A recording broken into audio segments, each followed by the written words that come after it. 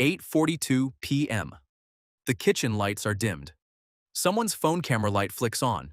The candles are lit, but nobody's opened their mouth yet. And somehow your stomach has already dropped, like you got caught doing something wrong before you did anything at all. For a student, it's the cupcake someone brought to homeroom. The second your best friend starts clapping, your eyes are already glued to the desk.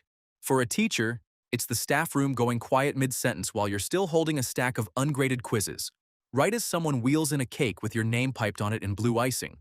For someone at work, it's the meeting that accidentally runs 5 minutes long, the door opening, and every laptop in the room turning toward your seat at once.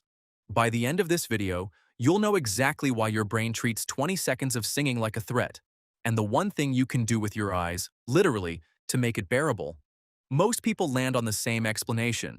I must be weird about attention. A normal person would just smile and enjoy it. Something about me makes this harder than it should be. Here's the twist. This happens to people who genuinely love parties. It happens to performers who are completely comfortable speaking to a packed room. It happens to the most outgoing person you know, which means this was never really about liking or disliking attention in general. These specific 20 seconds run on different wiring. Psychologists have a name for what's happening here: the spotlight effect. It's the brain's habit of assuming way more people are watching you and watching way more closely than they actually are. Here's how it shows up in a normal week.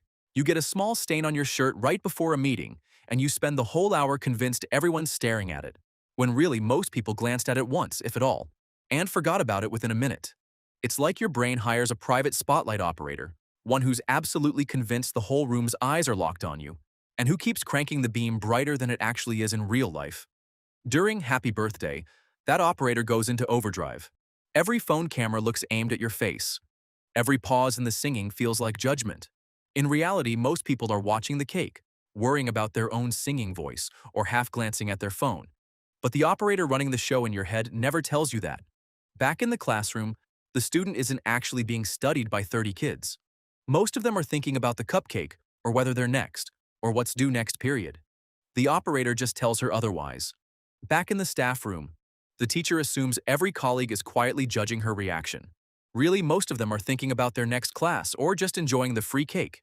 The operator convinces him he's the only thing anyone's thinking about. Back in the office, the employee assumes his awkward "thanks, guys" is the moment everyone remembers about that meeting. In reality, most coworkers forget the whole thing by lunch. The operator just never lets him know that. There's a well-known experiment where a college student was asked to wear an embarrassing t-shirt into a room full of strangers. Then guess how many people in that room would remember it later? The student guessed around half the room would notice and recall it. The real number was less than a quarter. That gap, between what you're sure people saw and what they actually registered, is happening to you every single time someone starts singing. Next time it starts, don't try to disappear. Just move the spotlight yourself. Before the first note hits, pick one person, whoever's singing the loudest, or whoever's fumbling to get the candles lit, and watch them instead. It gives your eyes and everyone else's somewhere to land that isn't your face.